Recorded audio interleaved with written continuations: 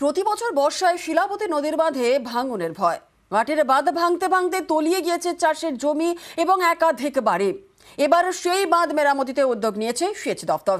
বরাদ্দ প্রায় 53 লক্ষ টাকা। চন্দ্রকোনার রাধানগরে শুরু হয়েছে বাঁধ মেরামতির কাজ।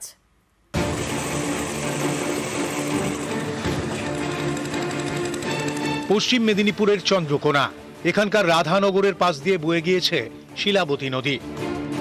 প্রতি বছর বর্ষায় ফুঁসে ওঠে শিলাবতী, মাটির বাঁধ ভেঙে ভাসিয়ে দেয় দুপাড়। স্থানীয়দের দীর্ঘদিনের দাবি এই ভাঙন রুখতে পাকাপোক্ত বাঁধ তৈরি করা হোক। এ নিয়ে সেচ দফতরে চিঠিও লেখেন তারা।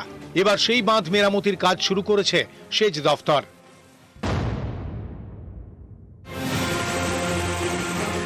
শিলাবতীর পাড়ে প্রায় 150 মিটার নদী বাঁধ।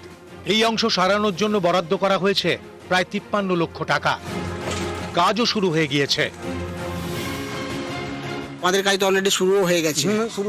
এটা কতটা রক্ষা পাবে বাঁধ আগামী বন্যাতে?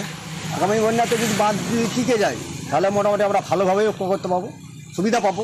এবং আমার যে পাশে যে পিচ রাস্তা রয়েছে আগিয়ে, সেই পিচ রাস্তাটাও সুবিধা পেল। নাহলে নদী যেমন যে পরিমাণে খেয়ে এসছে ওই পরিমাণে খেয়ে এলে এবার আমার পিচ রাস্তাটাও চলে যাবে। এই যে কাঠের বল্লি দিয়ে বা কয়েক লক্ষাধিক টাকা খরচ করে হচ্ছে, এরকম কাজ কি আগে কত? না, আগে কোনোদিন হয়নি, এই প্রথমবার হচ্ছে। দেখা যাক কতদিন আটকে থাকে। আমরা চাইছি অন্তত বেশ কিছু সংকটাপন্ন জায়গাটা বদলাতে পারছি স্থায়ী মেরামত। রিসেন্টলি আমলাগড় ডিভিশন গড়বেতার ইরিগেশন ডিপার্টমেন্ট কাজটা শুরু করেছেন। এটা হয়ে গেলে আশা করা যায় যে দীর্ঘদিনের একটা সমস্যা মানুষের সমাধান আমরা করে দিতে পারবো। চন্দ্রকোনা থেকে সুকান্ত চক্রবর্তী, নিউজ 18 বাংলা।